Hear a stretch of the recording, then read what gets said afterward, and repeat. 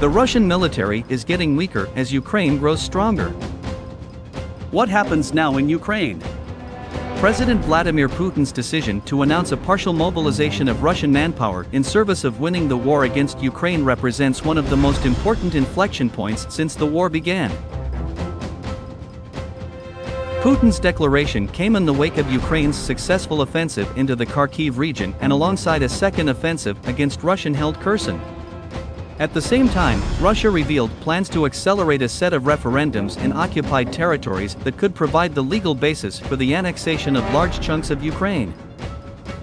Together, the announcements open a new phase of the war, with implications for both the short and long term. The short term in Ukraine.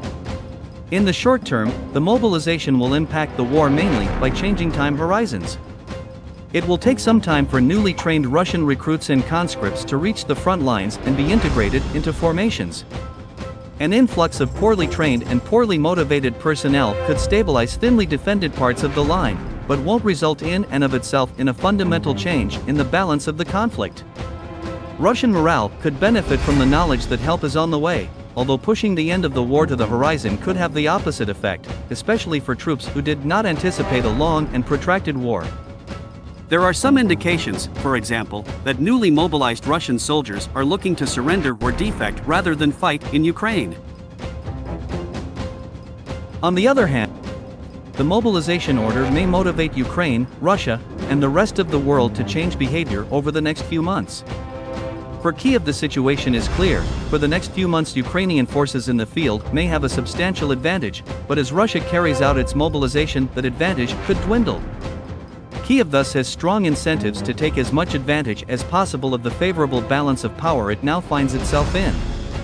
This may incline Kyiv into a more aggressive, risk-accepted approach to retaking territory from the Russians.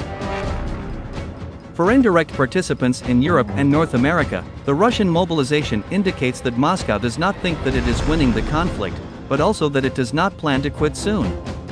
This has reaffirmed the commitment of many to continue supporting Ukraine, even as it poses difficult questions about the length and extent of the economic disruptions that have accompanied the conflict.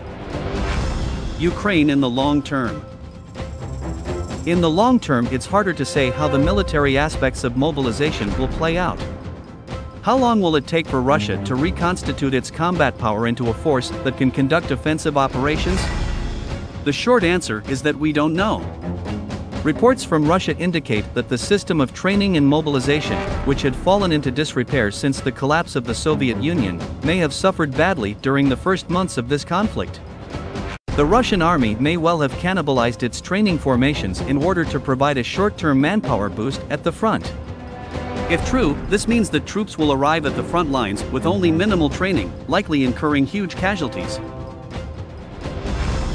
The Russians have also lost substantial amounts of modern equipment, and while Russian industry can capably turn out low-tech munitions, it does not appear to have the capacity to manufacture tanks or aircraft at a rate that can replace losses.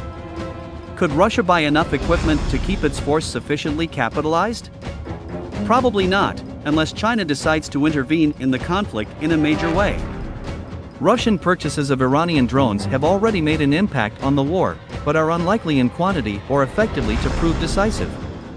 Russia's fixed-wing aircraft losses have been extreme, to the degree that Russian aircraft no longer provide basic support for the front lines.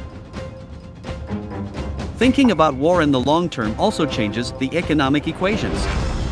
Thus far, neither Russia nor the West have been able to inflict enough economic damage on the other to have a useful coercive effect. Over a longer horizon, there is little reason to think that Russia's anemic economy will be able to outperform the much larger economies of its Western competitors. With the initial shock of the invasion fading, Russia's ability to use energy as a weapon, and to benefit from high energy prices, also is waning. What will Putin do next? Putin resisted the decision to mobilize Russia's war-making capacity, probably out of concern that such a move would undercut support for the war at home. We should probably trust his political instincts. Mobilizing is a dangerous move for the regime, which expected to win a war quickly and is now facing both protests and a mass exodus of military-age males.